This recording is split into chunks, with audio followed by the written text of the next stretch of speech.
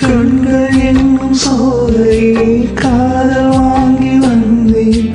வாங்கி வந்த பின்புதான் சாபம் என்று கண்டேன். என் சாபம் தீரவே நீ இல்லையே. என் சோகம் பாடவே ராகமில்லையே.